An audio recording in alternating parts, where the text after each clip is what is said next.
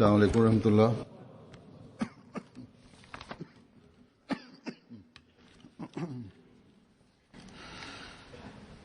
أشهد أن لا إله إلا الله وحده لا شريك له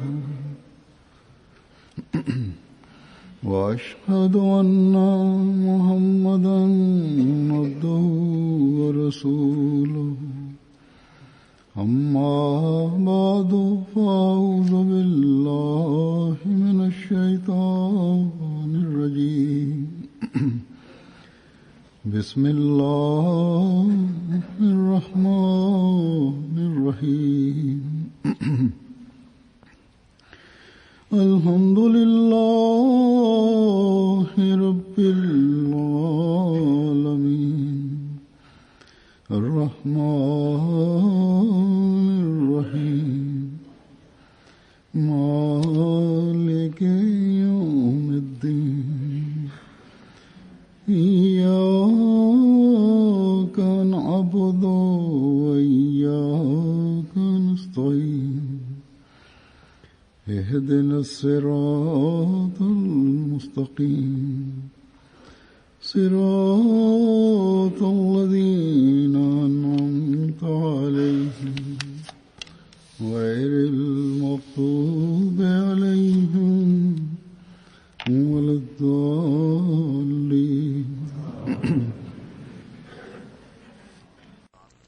Dampak negatif maupun positif dari membaca buku Hadrat Masih Maud salam adalah tergantung dari sudut pandang cara berpikir si pembaca tersebut.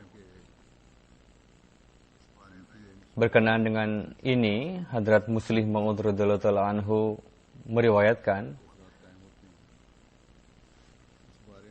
beliau bersabda, saya teringat suatu peristiwa yang darinya dapat diketahui seperti halnya di dalam suatu forum perdebatan,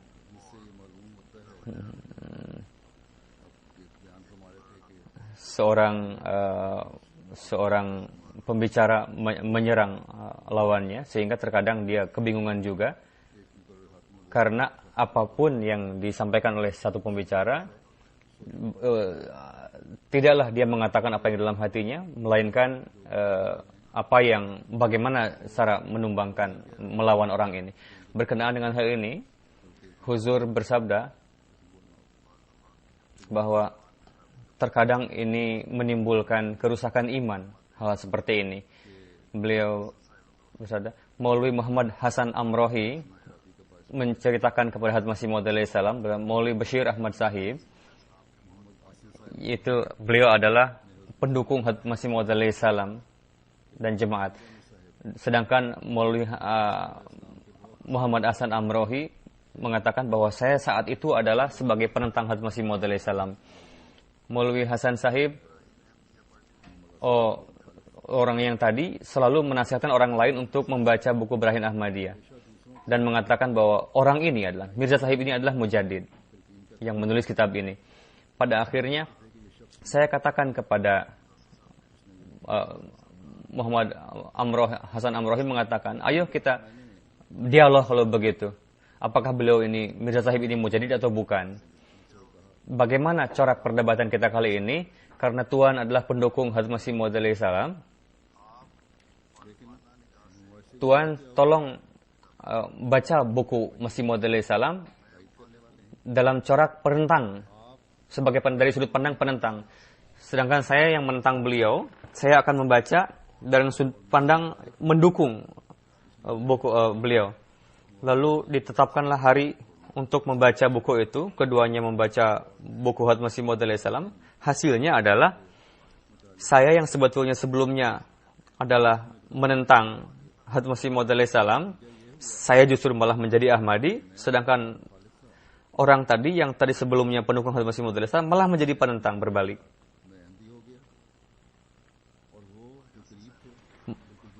Maulwi Hasan Sahib memahami bahwa sehingga Bashir Sahib tadi beliau kehilangan imannya dari sisi ilmu nafs, berdebat justru memberikan mudarat, kadang memberikan kerugian yang sangat banyak. Perkara-perkara yang lembut, yang untuk memahaminya setiap mudarris, setiap pembaca itu tidak memahami, tidak ahli dalam hal itu. Jadi meskipun itu suatu perkara yang baik, tapi dipandang dari sudut pandang yang buruk dan berupaya untuk itu, maka dia terkadang bisa tersandung orang itu. Seperti halnya banyak sekali orang yang berkeberatan berkenaan dengan buku Hadrat Masih Maud salam, bahwa kami telah membaca ini dan tertulis ini seperti ini, karena mereka itu membaca untuk mencari kelemahan, untuk menyampaikan keberatan. Mereka tidak melihat apa latar belakang penulisan buku tadi. Orang yang menyampaikan keberatan tadi, mereka pun bisa menyampaikan keberatan, melontarkan keberatan kepada kalam Allah Ta'ala. Karena itu Allah Ta'ala berfirman dalam Quran, berkenaan Quran Karim, bahwa ini bagi Quran Karim, bagi orang mukmin sebagai syifa dan rahmat. Tapi orang yang menentang, orang yang zalim, ini justru bisa memberikan kerugian bagi mereka, orang yang zalim tadi. Lalu akan lebih melontarkan keberatan lagi kepada Allah Ta'ala maupun kepada Islam.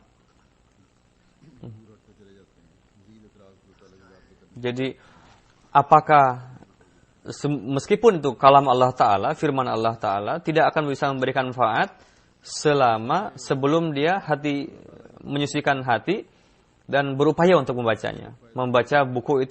Berusaha membaca buku itu dengan hati yang suci, yang bersih. Lalu berkenaan dengan pentingnya salat, Hadrat Muslim Maud meriwayatkan Hadrat Masih Maud salam, suatu ketika Hadrat Masih Maud salam pergi untuk menghadiri persidangan, dan ketika sidang mendengarkan, beliau tiba waktu salat, beliau pergi untuk salat, padahal orang-orang melarang beliau untuk salat. Lalu ketika beliau salat, tibalah panggilan untuk beliau, tapi beliau sibuk dalam beribadah, salat tadi. Setelah selesai salat, beliau datang di pengadilan, persidangan. Sesuai dengan peraturan, jika ada yang seperti itu, bahwa sang hakim bisa memutuskan kepada pihak manapun, bisa kepada pihak penentang yang menentang beliau. Tapi Allah Ta'ala bagaimana ridho dengan amal beliau tadi, yang mendahulukan ibadah tadi, salat tadi, sehingga Allah Ta'ala membelokkan perhatian sang hakim, bahwa orang ini tengah salat, tengah beribadah, sehingga sang hakim tadi tidak menghiraukan ketidakhadiran Hadrat Masih Maud salam, sehingga dan memenangkan kasus itu untuk Hadrat Masih Maud salam. Itu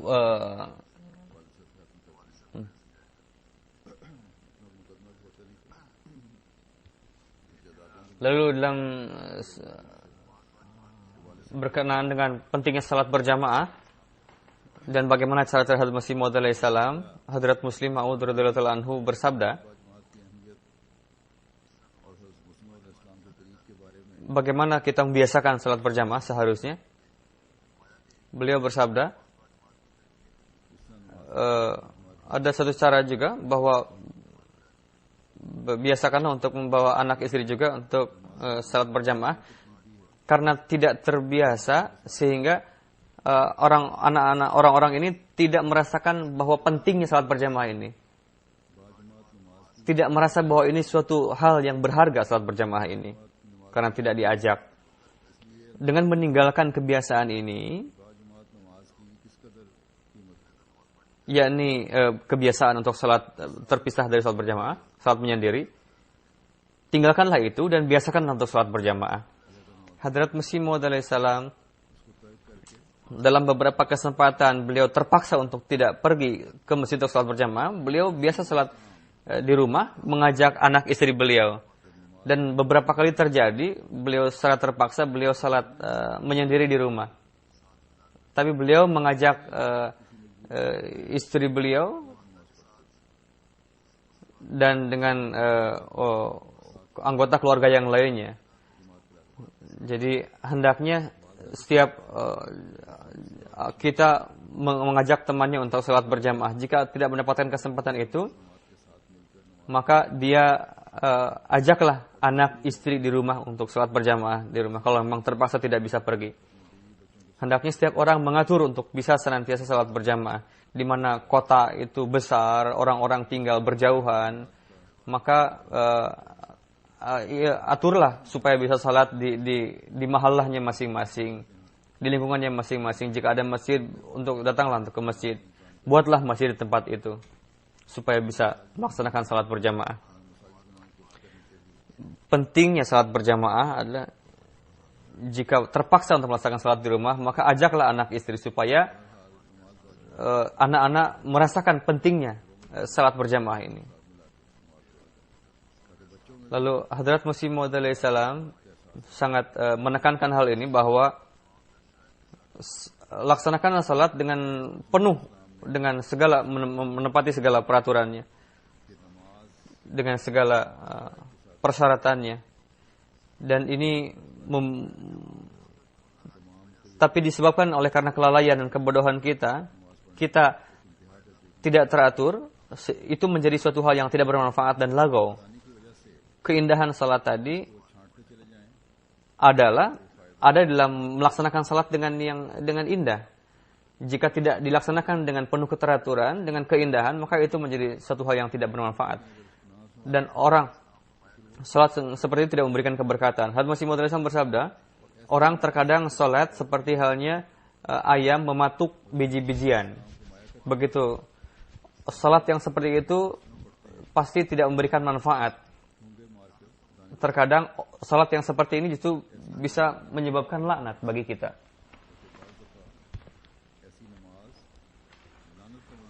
Suatu ketika seseorang melantarkan keberatan Hadrat Masih Maud alaihi salam bahwa orang bawahan kami tidak menyampaikan salam kepada saya, kepada kami, katanya. Beliau bersabda, perintah untuk mengucapkan salam adalah sama untuk kedua-duanya, apakah itu atasan maupun bawahan.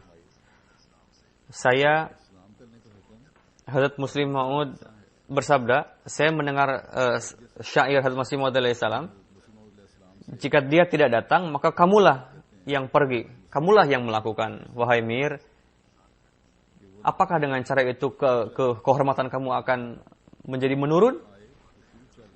Beliau bersabda, perintah Rasul Karim sallallahu alaihi wasallam, jika saudara kita tidak faham, maka kenapa kita tidak memulai untuk mengucapkan salam? Jika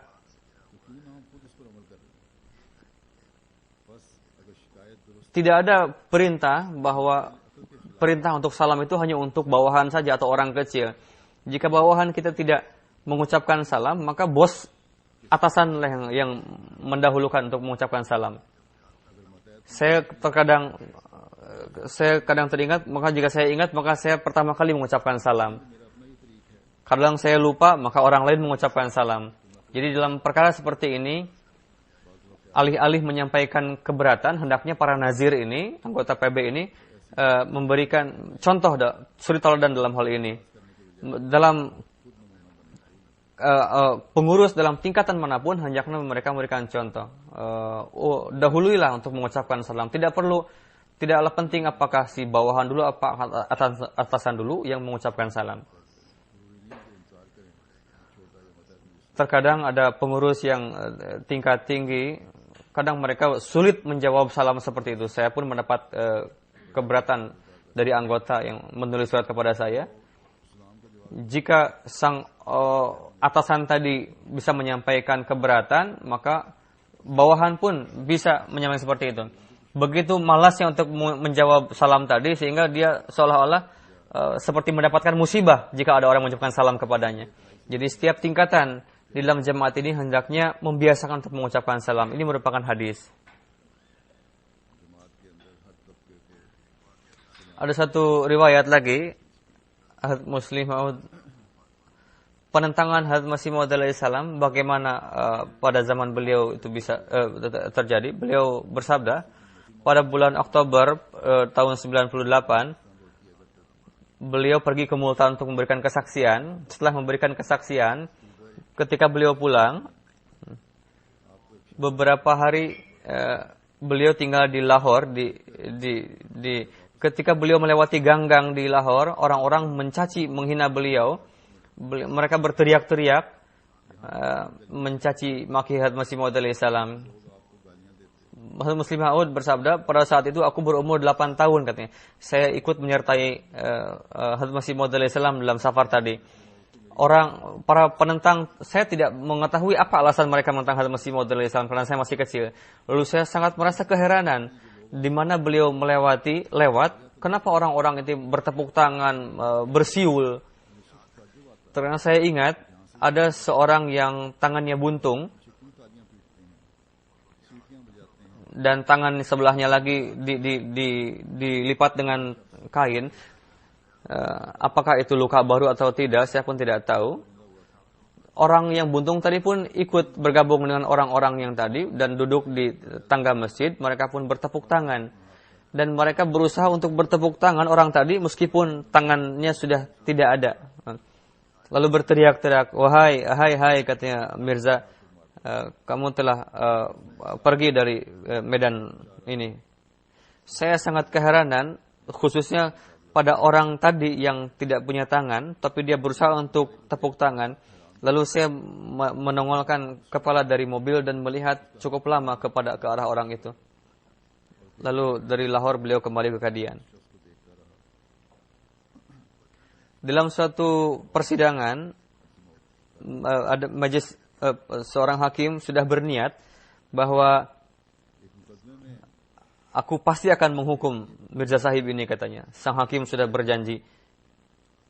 Hadrat Muslim Maud bersabda dalam suatu ketika,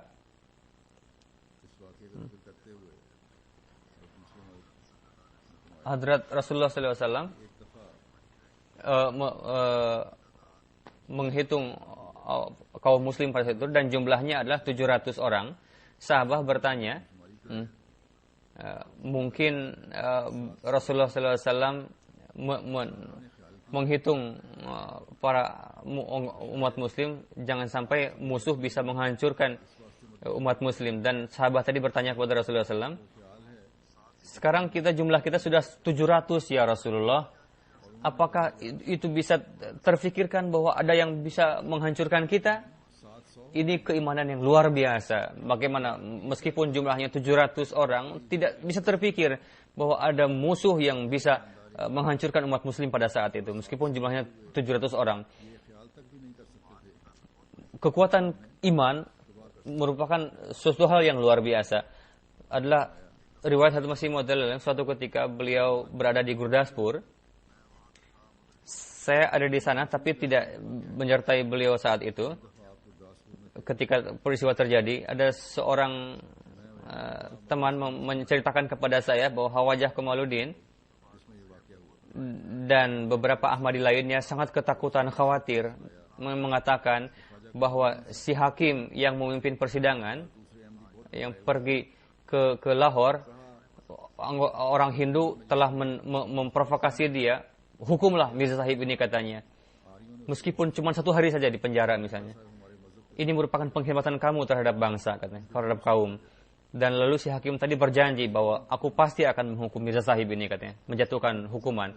Hadrat Masih Maud alaihi salam mendengarkan hal ini, beliau saat itu sedang terlentang, mendengar itu lalu beliau bangkit dan bersabda, Khawajah Sahib, apa yang sedang Tuan bicarakan? Apakah ada orang yang bisa menyentuh singa Allah Ta'ala? Lalu Allah Ta'ala bagaimana menghukum sang hakim tadi? Dia dimutasikan dari Gurdaspur, lalu dilengserkan dari jabatannya, yakni dijadikan munsif, lalu sehingga diputuskan oleh hakim yang lain. Jadi kekuatan iman sangatlah luar biasa dan tidak ada yang bisa menandinginya. Di dalam jemaat ini, dengan ikutnya orang-orang baru, mubayin baru, bisa memberikan manfaat, bisa saja bahwa di dalam orang yang bai'at tadi janganlah bahagia dengan hanya bertambah dari segi kuantitas saja. Jika dalam di rumah ada 10 liter air, maka tidak akan bisa dicampurkan dengan 10 liter air. Hal yang membahagiakan adalah tingkatkanlah susu dan tambahkan susu. Jadi apakah anggota lama apapun yang lalu, kita harus berupaya untuk meningkatkan keimanan kita. Jika jumlah 700 orang tadi memiliki keimanan bahwa tidak ada kekuatan dunia yang bisa menghancurkan kami. Jika seperti itu, berkenaan dengan persidangan itu, di tempat lain Hazrat Muslim Maud bersabda, adalah kebiasaan Khawajah Kamaluddin, beliau berbicara ke sana cukup panjang. Beliau bertanya, Huzur, sang hakim pasti akan menghukum Huzur katanya dan menjatuhkan hukuman. Lebih baik Huzur berdamai saja dengan pihak kedua. Lalu Huzur bangkit dari, tidaklah mudah untuk menyentuh singa Allah Ta'ala. Aku adalah singa Allah Ta'ala. Silahkan sentuh singa Allah Ta'ala. Yang terjadi pun seperti itu. Di antara dua hakim yang telah ditetapkan untuk memutuskan anaknya, salah satunya adalah dia gila. Lalu istrinya menulis, karena dia tidak mengimani Hazrat Masih Maud sebagai utusan Allah Ta'ala. Tapi kamu telah menghina seorang muslim yang suci katanya, sehingga anak kamu menjadi gila. Dan orang hakim tadi, sang hakim tadi mengatakan kepada istrinya, perkataan bodoh apa yang telah kamu lakukan? Si hakim pun tidak yakin atas perkataan si istri tadi. Hasilnya adalah anaknya yang kedua justru tenggelam di sungai. Dia pergi ke satu sungai, setengah mandi, lalu si buaya menggigit kakinya dan membunuhnya. Si hakim tadi sudah sedemikian rupa mengganggu Hazrat Masih Maud salam, sehingga pada saat persidangan membiarkan Masih Maud salam berdiri di dalam persidangan. Ketika haus minta air, tidak diberikan air. Suatu ketika Khawajah Sahab itu lalu sang hakim yang kedua pun dilengserkan juga.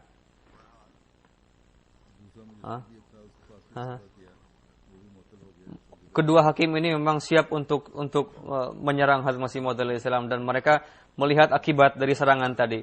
Hazrat Muslim Maud bersabda, suatu ketika saya pergi ke New Delhi,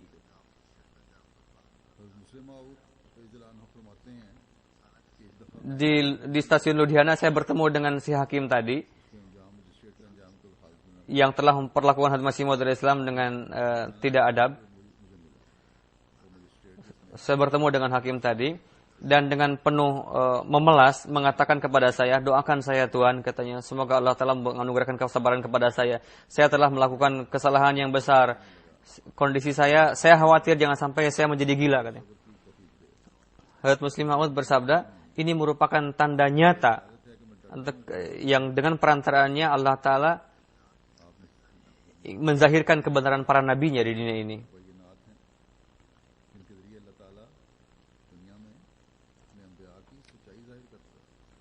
Hazrat Muslim Maud radhiyallahu anhu bersabda, Hazrat Masih Maud salam menceritakan suatu kejadian, ada suatu pencuri datang ke rumah Rustam. Rustam memang seorang petarung dalam peperangan, tapi keahliannya adalah dalam peperangan membawa senjata dan sebagainya. Dia tahu bagaimana cara menggunakan pedang. Tapi tidak mesti dia jago dalam bergulat, dalam bertarung.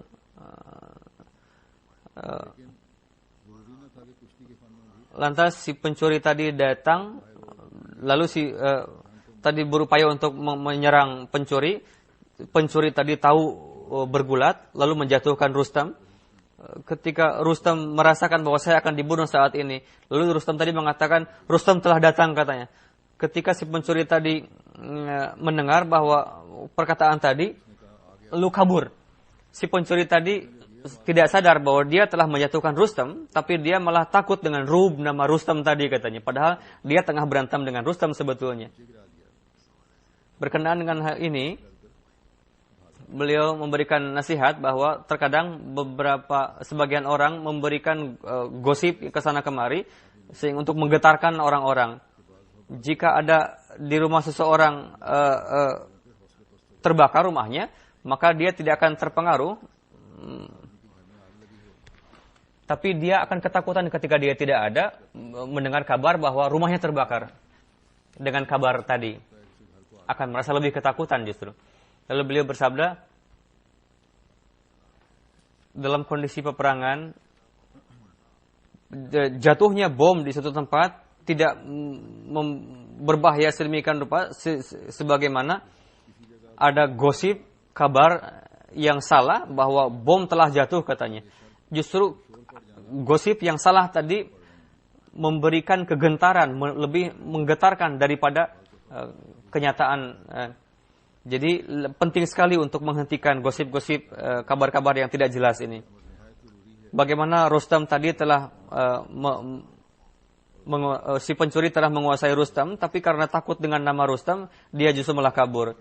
Jadi gosip tadi, kabar yang salah tadi bisa menggetarkan seseorang, sehingga hendaknya kita terhindar senantiasa dari kabar-kabar yang tidak benar dan kita berusaha untuk menghentikannya.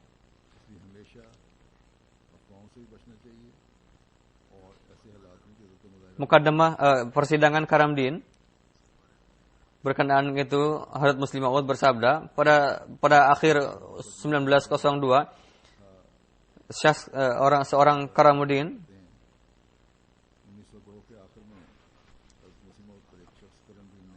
lalu ada surat panggilan kepada beliau untuk hadir di Jahlam untuk menghadiri persidangan.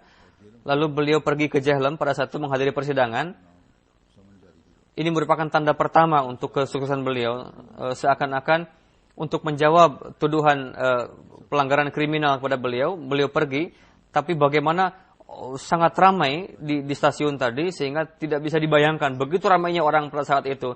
Ketika turun beliau di stasiun Jahlam, bagaimana orang-orang begitu banyaknya yang ingin melihat beliau sehingga tidak ada tempat untuk berdiri di platform tadi. Terkadang di luar stasiun pun begitu banyak orang ramai sehingga mobil motor pun susah untuk lewat. Sehingga bupati sana pun sedemikian rupa mengatur untuk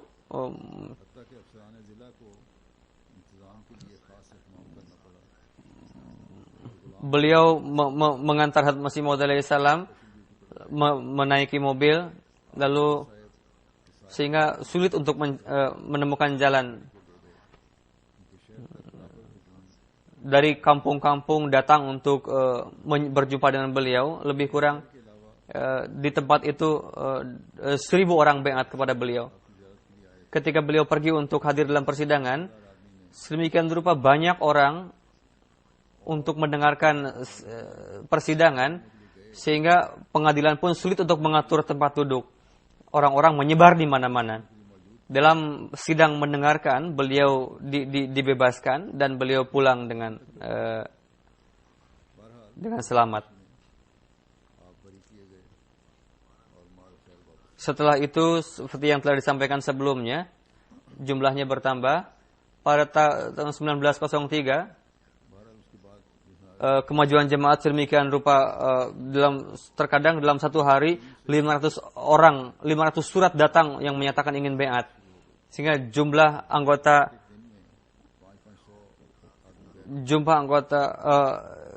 jemaat sehingga bertambah ribuan bahkan ratusan ribu.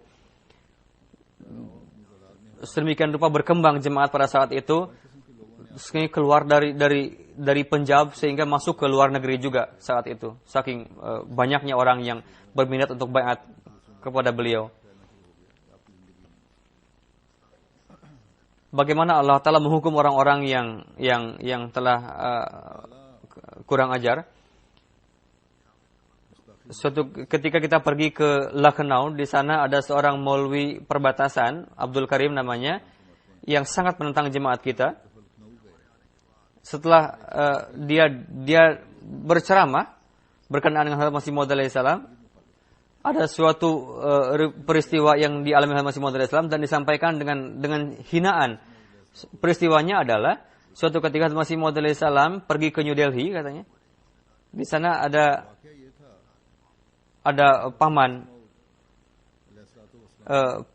paman Mirza Khairat Delhi. Suatu ketika beliau berniat untuk jahil menjadi seorang inspektur polisi. Lalu datang ke hadapan Hazrat Masih Maud alaihissalam untuk menakut-nakuti bahwa saya adalah seorang inspektur polisi dan saya diutus dari pemerintah untuk memerintahkan Tuhan untuk segera pergi dari tempat ini. Jika tidak, Tuhan akan mendapatkan kerugian. Lalu Hazrat Masih Maud alaihissalam tidak menghiraukan orang itu, tapi sebagian orang meneliti siapa orang ini sebenarnya katanya. Lalu orang tadi malah pergi. Bagaimana Maulwi Abdul Karim Perbatasan tadi menceritakan lagi riwayat tadi. Coba katanya lihat orang yang mendakwakan sebagai nabi, dia pergi ke New Delhi. Ada seorang Mirza Khairat datang kepadanya. Saat itu Mirza Sahib katanya duduk di itu. Padahal dia bohong, padahal Muhammad SAW sedang duduk di halaman rumah katanya saat itu. Ketika Mirza Sahib mengetahui bahwa datang seorang inspektur polisi katanya, lalu Mirza Sahib ketakutan katanya, sehingga turun dari tangga itu tergelincir, sehingga beliau jatuh ke muka, wajah beliau luka. Orang-orang yang mendengar pun ketawa-ketawa mendengarkan hal itu. Tapi apa yang sebetulnya terjadi? Bagaimana Allah Ta'ala mencengkram si Maulwi tadi. Pada malam itu juga Maulwi Abdul Karim dicengkram oleh Allah Ta'ala. Dia setengah tertidur di atap rumahnya di malam hari. Tapi karena di atap rumah tadi tidak ada dindingnya, sehingga tidurnya lelap, sehingga kaki dia keluar dari batas tadi, sehingga jatuh ke bawah. Seketika itu dia mati. Lihatlah, beliau bersabda, jika dia mengetahui bahwa akibat dari pelecehan ini akan dihukum oleh Allah Ta'ala, maka dia tidak akan melakukan pelecehan tadi, bahkan dia akan beriman. Tapi keimanan seperti itu tidak memberikan manfaat baginya, karena iman saat itu ketika suatu dalam kondisi gaib pun itu keimanan yang jadi jika ada iming-imingan pahala lantas beriman, maka tidak akan memberikan manfaat keimanan yang seperti itu. Justru dalam kondisi gaib lah yang memberikan manfaat bagi dia. Jadi bagaimana akibat dari pelecehan kepada nabi-nabi Allah seperti itu. Pada hari ini pun orang-orang yang melecehkan, yang menghina, mencaci Rasulullah SAW,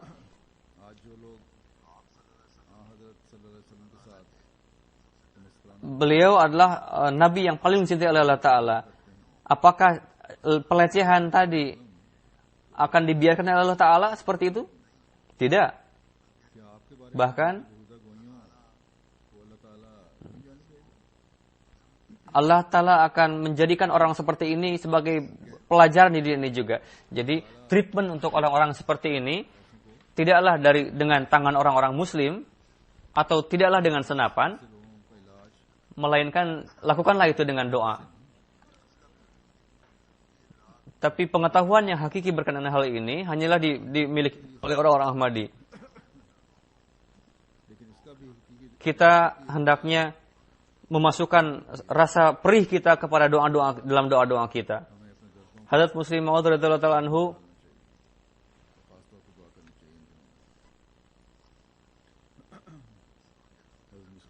menceritakan satu riwayat lagi yang lebih lagi.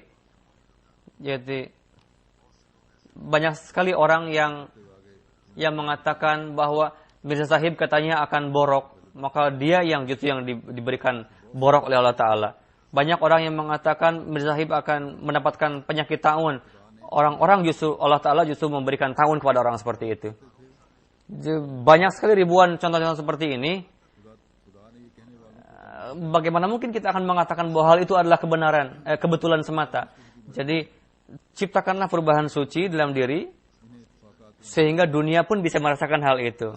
Kondisi kalian adalah kesucian dan ketakwaan kalian, dan pengabulan doa-doa kalian, dan ta'alluq billah kalian. Setelah melihat hal itu, orang justru akan tertarik kepada kalian. Ingatlah, kemajuan Ahmadiyah adalah dengan perantaraan orang seperti itu. Dan tuan-tuan akan sampai kepada makom ini atau mendekatnya. Jika tuan melangkahkan kaki keluar dari itu atau jika duduk di tempat yang bersembunyi, maka meskipun orang-orang akan mendekati tuan, berkumpul di dekat tuan, dan mereka akan masuk dalam jemaat Ahmadiyah. Ada suatu riwayat yang Hadrat Masih Maud alaihissalam pergi ke Sialkot. Para maulwi memfatwakan orang yang menghadiri ceramah Mirza Sahib, dia akan fasakh nikahnya katanya. Tapi bagaimana daya tarik Masih Maud alaihissalam sehingga orang tidak menghiraukan si fatwa para ulama tadi. Bagaimana si para maulwi tadi menghalangi orang-orang supaya jangan sampai ke tempat Masih Maud alaihissalam, dilempari dengan batu, lalu ditangkap orang-orang yang hadir dalam ceramah Masih Maud alaihissalam supaya jangan mendengarkan. Hadrat Masih Maud alaihissalam bersabda, Superintendent polis juga ada di sana, dan dilakukan pengaturan di sana.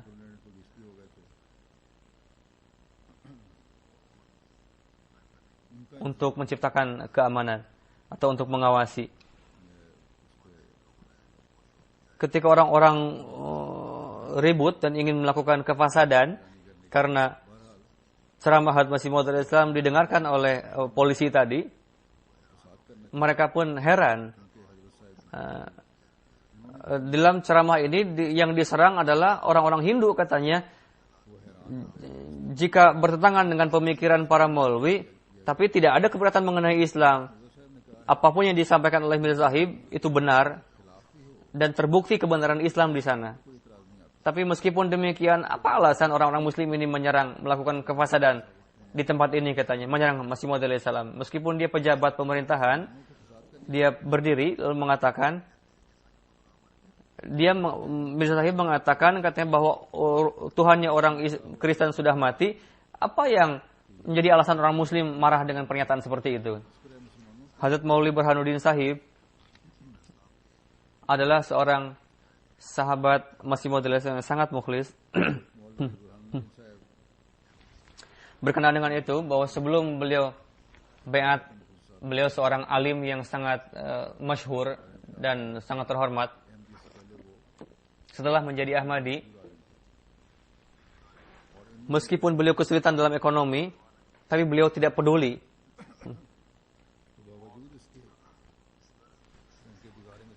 Dan beliau melewati kehidupan dengan kemiskinan. Beliau sangat qanaah sekali. Tidak ada yang bisa mengetahui, melihat orang itu bahwa ini beliau adalah seorang kuli katanya, karena beliau sangat sederhana sekali penampilannya. Hadrat Muslim Maud bersabda, saya ingat cerita beliau ketika Hadrat Masih Maud alaihissalam pergi ke Sialkot, dan di sana terjadi perentangan yang luar biasa. Ketika beliau kembali, ketika para penentang mengetahui bahwa orang ini Ahmadi katanya, lalu mulai menyerang orang-orang Ahmadi itu. Maulwi Burhanuddin Sahib juga mengantar Masih Maud alaihissalam naik ke kereta. Orang-orang mulai melemparkan kotoran sapi dan memasukkan kotoran sapi itu ke dalam mulut beliau. Ketika dilemparkan kotoran sapi, beliau justru malah mengatakan betapa membahagiakannya hari ini katanya. Tidak ada sedikit pun kerutan di kening beliau. Walhasil banyak sekali versi riwayat ini. Maksudnya adalah beliau menzahirkan kebahagiaan dengan tidak ada kerutan di kening beliau meskipun dilempari kotoran hewan. Ini merupakan karunia Allah Ta'ala. Jadi beliau adalah seorang yang mukhlis. Bagaimana beliau masuk jemaat adalah sangat mengherankan. Sebelum pendakwaan Hazrat Masih Maud alaihi salam, beliau sudah mengenal Hazrat Masih Maud alaihi salam. Ada pada permulaan beliau mendengar nama Hazrat Masih Maud alaihi salam, lalu beliau pergi ke Qadian sehingga diketahui bahwa Hazrat Masih Maud alaihi salam setengah pergi ke Gurdaspur. Mungkin sedang menghadiri persidangan atau alasan lain. Saya pun tidak mengetahui dengan pasti. Lalu Burhanuddin Sahib pergi ke Gurdaspur.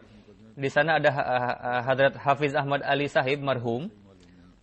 Beliau pun adalah khadim Hazrat Masih Maud alaihi salam dan selalu tinggal dengan Hazrat Masih Maud alaihi salam sebelum pendakwaan pun. Hazrat Masih Maud alaihi salam ada di suatu tempat di dalam ruangan. Ada kain menutupi kain. Hazrat Maulvi Burhanuddin memelas kepada Hazrat Hafiz Sahib ingin berjumpa dengan Hazrat Masih Maud alaihi salam, tapi beliau melarang karena Masih Maud alaihi salam tengah bekerja sibuk. Hafiz Sahib Hazrat Masih Maud alaihi salam karena sibuk telah melarang saya untuk mengizinkan orang lain untuk berjumpa. Maulvi Sahib terus memaksa beliau bagaimana saya ingin berjumpa dengan Hazrat Masih Maud alaihi salam. Tapi Hafiz Sahib tetap tidak mengizinkan. Bagaimana saya bisa mengizinkan Tuan? Karena beliau telah melarang untuk berjumpa. Tapi setelah perdebatan seperti itu, beliau meminta izin untuk mengintip di celah gordeng yang di dekat pintu. Ya. Lalu bagaimana supaya jangan sampai diketahui oleh Hazrat Masih Maud alaihi salam bahwa saya tengah mengintip. Lalu pergi ke ruangan itu di mana Hazrat Masih Maud alaihi salam tengah berada, lalu beliau mengintip di balik kain. Ya, beliau melihat Hazrat Masih Maud alaihi salam tengah berjalan dan Hazrat Masih Maud alaihi salam tengah belajar melangkah dengan begitu cepatnya. Hazrat Masih Maud alaihi salam biasa bahwa ketika beliau menulis buku ataupun selebaran ataupun topik apapun, meskipun beliau menulis sambil berjalan dan kadang beliau mengulangi dengan kata-kata beliau dengan suara pelan, pada saat itu beliau pun tengah menulis topik dan beliau sambil berjalan dengan cepat lalu sambil membaca dengan pelan suara sampai di dinding pintu supaya jangan sampai ketahuan oleh Masih Maud alaihi salam bahwa saya tengah mengintip. Saya kabur dari itu. Jangan sampai beliau melihat, katanya. Hazrat Hafiz Ali Sahib bertanya, apa yang terjadi? Apakah sudah minta izin? Saya sudah tahu, katanya sekarang. Bagaimana orang yang berjalan di tempat di dalam ruangan dengan begitu cepatnya, maka dia akan tujuannya adalah sangat jauh, katanya. Pada saat itu beliau sudah meyakini bahwa Hazrat Masih Maud alaihi salam akan melakukan suatu tugas yang luar biasa di dunia ini. Ini merupakan poin, tapi orang yang bisa melihatnya adalah orang yang memiliki pandangan rohani. Tanpa berbicara kepada Muhammad SAW, beliau pergi. Tapi karena sudah terpatri di dalam hati beliau, niat baik beliau tadi, sehingga Allah Ta'ala memberikan taufik kepada beliau untuk menerima jemaat Ahmadiyah. Baiat akhirnya, Maulvi Burhanuddin. Lalu sedemikian rupa menganugerahkan keikhlasan, sehingga beliau tidak memperdulikan penentangan apapun. Jadi dengan bekerja, Hazrat Masih Maud bersabda, bekerja dengan penuh kegesitan itu memberikan perbedaan. Jadi biasakanlah pada anak-anak untuk bekerja dengan cepat, tapi tidaklah tergesa-gesa, melainkan betul-betul dipikirkan dengan matang. Lakukan dengan tergesa-gesa adalah syaitan, tapi jika dengan dipikirkan terlebih dahulu dan bekerja dengan cepat, itu merupakan tentara Allah Ta'ala. Jadi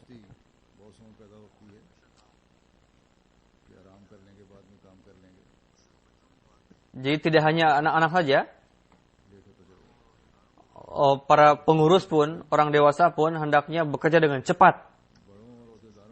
Karena kita beriman kepada Al-Masih yang waktunya tidak disia-siakan. Yang sangat menghargai waktu. Karena Allah Ta'ala telah mengilhamkan kepada beliau bahwa la yudha'u waktuhu. Tidak disia-siakan waktunya. Disia-siakan. Berkenaan Hadrat Masih Maud alaihi salam, Hadrat Masih Maud bersabda, saya melihat Hadrat Masih Maud alaihi salam sehari semalam beliau bekerja di dalam rumah, tapi saya pasti melihat bahwa beliau keluar untuk berjalan di luar rumah. Beliau untuk ceramah, tapi beliau pasti pergi keluar untuk berjalan. Meskipun umur beliau sudah 70 lebih, tapi beliau selalu dawam untuk berjalan kaki di luar. Tidak perlu diperdebatkan mengenai masalah umur ini. Terkadang ada beberapa orang yang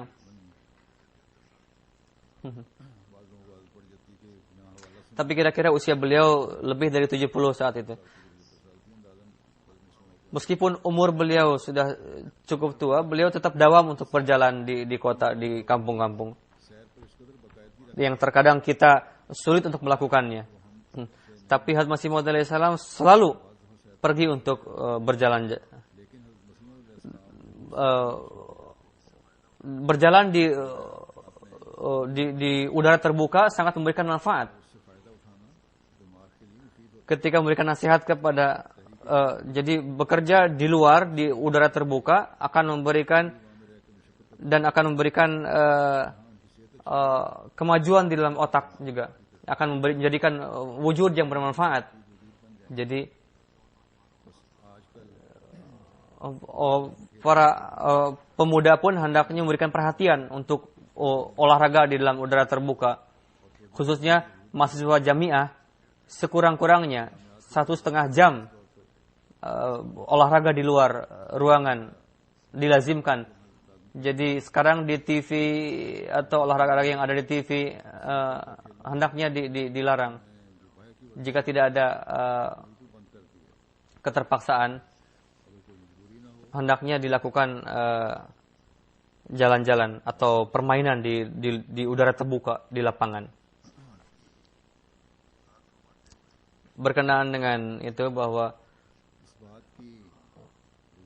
para musuh menakut-nakuti anggota dengan kematian. Bagaimana di peristiwa Rijahlam, Maulwi Burhanuddin, Hadrat Masih Maud meriwayatkan, Hadrat Masih Maud alaihi salam ketika pergi ke Sialkot, para maulwi memfatwakan bahwa orang yang hadir dalam ceramah beliau atau mendengarkan, maka nikahnya akan terputus katanya. Karena orang itu adalah kafir dan dajjal. Mendengarkan perkataannya dan membaca bukunya adalah haram. Bahkan membunuhnya adalah bisa mendapatkan pahala katanya. Ini bukan hal baru. Para maulwi selalu mengatakan seperti ini. Tapi dengan keberadaan beliau, dalam keberadaan beliau, tidak ada orang yang berani. Karena saat itu banyak polisi juga dan ada pejabat pemerintahan juga. Dan orang-orang juga banyak. Sehingga orang-orang tidak berani untuk menyerang Masih Maud pada saat itu. Karena 4 penjuru banyak sekali para Ahmadi juga di sana. Mereka pun beriradah untuk mengganggu Hadrat Masih Maud ketika pulang dari sini katanya. Saat Masih Maud menyertai beliau. Ketika Masih Maud pergi dari tempat itu dan naik ke mobil, orang-orang berdiri sampai dari kejauhan dan mulai melempari batu ke mobil beliau. Ada beberapa batu yang mengenai mobil beliau. Mereka sebetulnya menyerang kita, tapi batu mereka mengenai temannya sendiri. Mereka tidak bisa berhasil dalam rencana buruknya itu, tapi para Ahmadi yang hadir di sana dan sebagian dari mereka adalah penduduk desa itu, dan para Ahmadi yang tinggal di sekitar itu. Para penentang mulai menyerang para Ahmadi itu, dan ada Maulwi Burhanuddin juga di sana.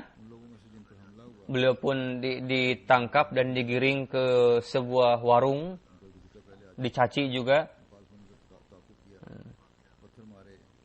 beliau juga dimasukkan kotoran hewan ke mulutnya, ke mulut beliau. Beliau justru malah bersabda, alih-alih marah, Maulwi Sahib tadi, Burhanuddin Sahib tadi, orang yang menyaksikan pada saat itu, justru dengan penuh wajah yang tanpa kerut, beliau mengatakan, betapa beruntungnya pada hari ini, subhanallah. Dan ini bisa dirasakan dengan kedatangan seorang Nabi Allah Ta'ala, katanya. Dan ini merupakan ihsan Allah Ta'ala yang telah memperlihatkan hari ini kepadaku, katanya. Hasilnya adalah, tidak lama kemudian, orang-orang yang menyerang tadi, mereka justru mencaci diri mereka sendiri dan mulai malu, lalu meninggalkan beliau, pergi, kabur.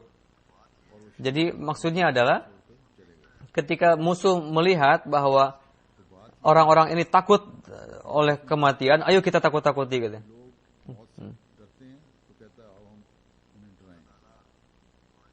Allah Ta'ala berfirman dalam Quran Syarif, syaitan menakut-nakuti para walinya. Jika ada orang yang ketakutan, maka musuh menganggap bahwa ini adalah orang syaitan, katanya. Tapi jika dia tidak takut,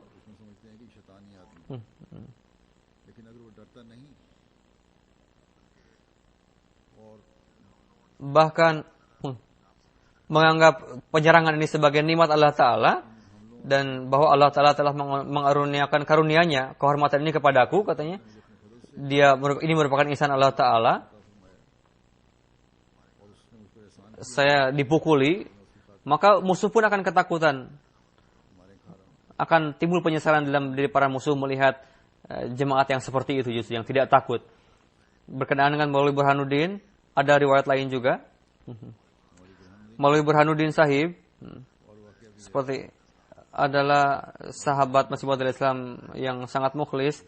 Beliau sering bercanda juga berguyon. Karena kewafatan beliau, Had Masih Maud Islam mendirikan Madrasah Ahmadiyah yang di hari kemudian menjadi Jami Ahmadiyah. Itu untuk mengenang kewafatan beliau. Had Masih Maud Islam suatu ketika datang kepada Masih Maud Islam. Saya melihat mimpi, katanya, melihat kakak perempuan saya di dalam mimpi bertemu, dia sedang berada di surga. Kakak, katanya, katakan kepadaku bagaimana kondisi kamu di surga sana. Allah, dengan karunia Allah, saya baik-baik saja. Dia menganugerahkan saya tinggal dengan penuh kedamaian di surga ini. Apa yang kamu lakukan di surga, kakak? Katanya. Dia menjawab, ini saya menjual buah-buahan, katanya. Di dalam mimpi, kamu ini aneh, katanya, meskipun kamu sudah di surga tetap aja menjual buah-buahan, katanya. Karena di keluarga beliau sangat miskin, sehingga mimpi pun sederhana seperti itu. Ahmad Masih Maud Islam bersabda dengan hal itu, Maulwi Sahib, takbirnya adalah lain. Tapi di dalam mimpi pun Tuhan tetap condong untuk berguyon, ya, katanya. Ahmad Masih Maud Islam bersabda, bir adalah buah surgawi. Maksudnya adalah kecintaan yang sempurna, yang selalu abadi. Karena sidra adalah makam muhabbat ilahi yang abadi. Takbirnya adalah, aku akan membagi kecintaan Allah Ta'ala kepada orang-orang. Kecintaan yang abadi tadi kepada orang-orang. Lalu beliau bersabda, maksudnya adalah, pada umumnya tinggal di suatu tempat dan dia bekerja di sana. Tidak juga setelah mati pergi ke surga hanya ketenangan-ketenangan, bekerja juga di sana. Seperti yang dikatakan oleh kakak beliau tadi, apa yang dilakukan di sana. Jika terfikir oleh seseorang bahwa ini adalah waktu untuk bersenang-senang, maksudnya adalah dia telah kehilangan keimanan. Karena ketenangan yang dimaksudkan oleh Islam adalah bekerja. Allah Ta'ala dengan jelas berfirman, فَإِذَا فَرَغْتَ فَانْصَبْ وَإِلَى رَبِّكَ فَارْغَبْ.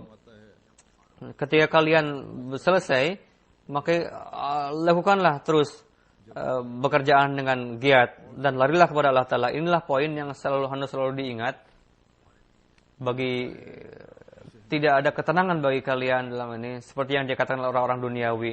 Tapi dalam makna janji Quran Karim, yang janjikan oleh Quran Karim, ketenangan tadi, kalian bisa meraihnya dengan mudah. Dunia yang dimaksudkan dunia ketenangan tadi, itu adalah salah maksudnya. Kesenangan yang dicari oleh orang, dia akan buta di dunia ini dan juga di akhirat. Jadi inilah tugas seorang mukmin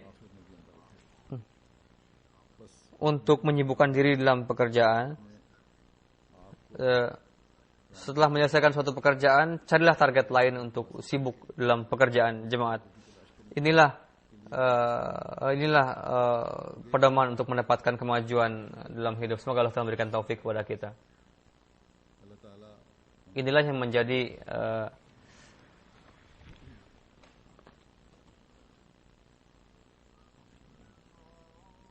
penyebab kemajuan suatu kaum. Alhamdulillah nahmaduhu wa nasta'inuhu wa nastaghfiruhu wa nu'minu bihi wa natawakkalu alayhi wa na'udzu billahi min shururi anfusina ومن سيئات أعمالنا من يهده الله فلا مضل له ومن يضلله فلا هادي له ونشهد أن لا إله إلا الله ونشهد أن محمدا عبده ورسوله عباد الله رحمكم الله إن الله يأمر بالعدل والإحسان وإيتاء ذي القربى وينهى عن الفحشاء والمنكر والبغي يعظكم لعلكم تذكرون اذكروا الله يذكركم وادعوه يستجب لكم ولذكر الله أكبر